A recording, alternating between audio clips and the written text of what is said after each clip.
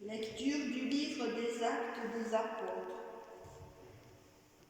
Le jour de la Pentecôte, Pierre, debout avec les 11 autres apôtres, éleva la voix et fit cette déclaration. Que toute la maison d'Israël le sache donc avec certitude. Dieu l'a fait Seigneur et Christ, ce Jésus que vous aviez crucifié. Les auditeurs furent touchés au cœur. Ils dirent à Pierre et aux autres apôtres, « Frères, que devons-nous faire ?» Pierre leur répondit, « Convertissez-vous et que chacun de vous soit baptisé au nom de Jésus-Christ pour le pardon de ses péchés. Vous recevrez alors le don du Saint-Esprit. Car la promesse est pour vous, vos enfants, et pour tous ceux qui y sont loin, aussi nombreux que le Seigneur notre Dieu les appellera. » Par d'autres paroles encore, Pierre les adjurait et les exhortait en disant, « Détournez-vous de cette génération tortueuse et vous serez sauvés. » Alors, ceux qui avaient accueilli la parole de Pierre furent baptisés. Ce jour-là, environ 3000 personnes se joignirent à eux. Parole du Seigneur. Nous rendons grâce à Dieu.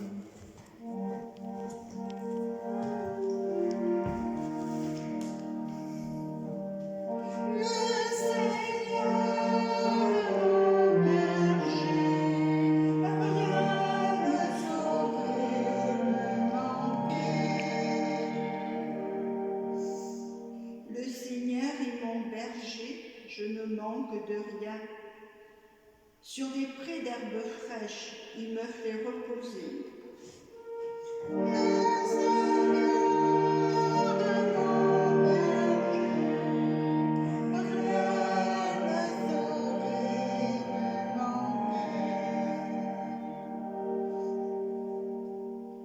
Il me mène vers les eaux tranquilles et me fait revivre. Il me conduit par le juste chemin pour l'honneur de son nom.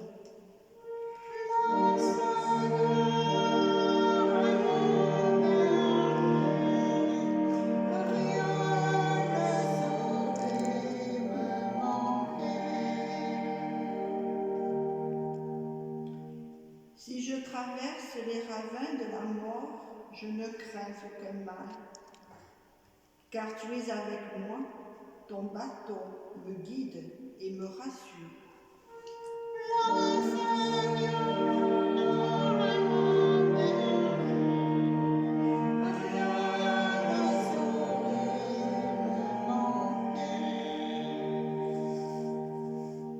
Tu prépares la table pour moi devant mes ennemis.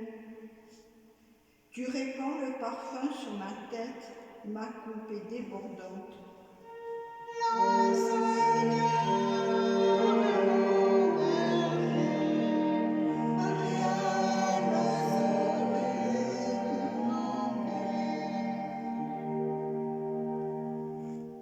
Grâce et bonheur m'accompagnent tous les jours de ma vie.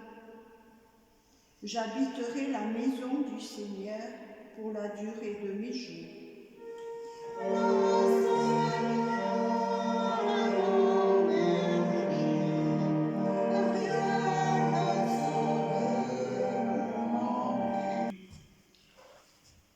Lecture de la première lettre de Saint Paul apôtre.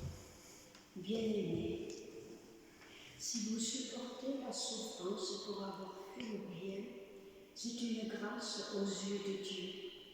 C'est bien à cela que vous avez été appelés, car c'est pour vous que le Christ, lui aussi, a souffert. Il vous a laissé un modèle afin que vous suiviez ses traces. Lui qui n'a pas commis de péché, dans sa bouche, on n'a pas trouvé de mensonge. Insulté, il ne rendait pas l'insulte. Dans la souffrance, il ne menaçait pas, mais il s'abandonnait à celui qui juge avec justice. Lui-même a porté nos péchés dans son corps sur le bois, afin que, morts à nos péchés, nous vivions pour la justice. Par ses blessures, nous sommes guéris. Car vous étiez errants comme des brebis, mais à présent vous êtes retournés vers votre berger, le gardien de vos âmes. Parole du Seigneur.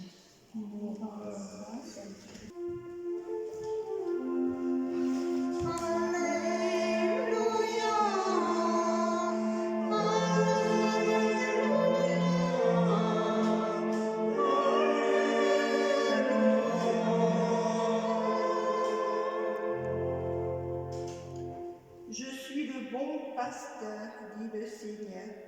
Je connais mes brebis et mes brebis me connaissent. Le Seigneur soit avec vous. Et avec votre esprit.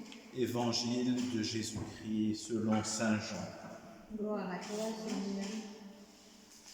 En ce temps-là, Jésus déclara : Amen, Amen, je vous le dis, celui qui entre dans l'enclos des brebis sans passer par la porte, mais qui escalade par un autre endroit, celui-là est un voleur et un bandit.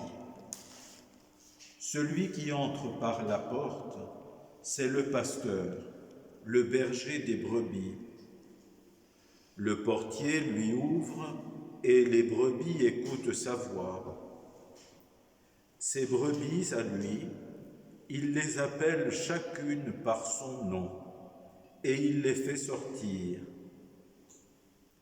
Quand il a poussé dehors toutes les siennes, il marche à leur tête et les brebis le suivent, car elles connaissent sa voix. Jamais elles ne suivront un étranger, mais elles s'enfuiront loin de lui, car elles ne connaissent pas la voix des étrangers. Jésus employa cette image pour s'adresser aux pharisiens, mais eux ne comprirent pas de quoi il leur parlait. C'est pourquoi Jésus reprit la parole. Amen, Amen, je vous le dis. Moi, je suis la porte des brebis. Tous ceux qui sont venus avant moi sont des voleurs et des bandits. Mais les brebis ne les ont pas écoutés. Moi, je suis la porte. Si quelqu'un entre en passant par moi, il sera sauvé. Il pourra entrer, il pourra sortir et trouver un pâturage. Le voleur ne vient que pour voler, égorger, faire périr. Moi, je suis venu pour que les brebis aient la vie en abondance. Acclamons la parole de Dieu. Louange à toi, Seigneur Jésus.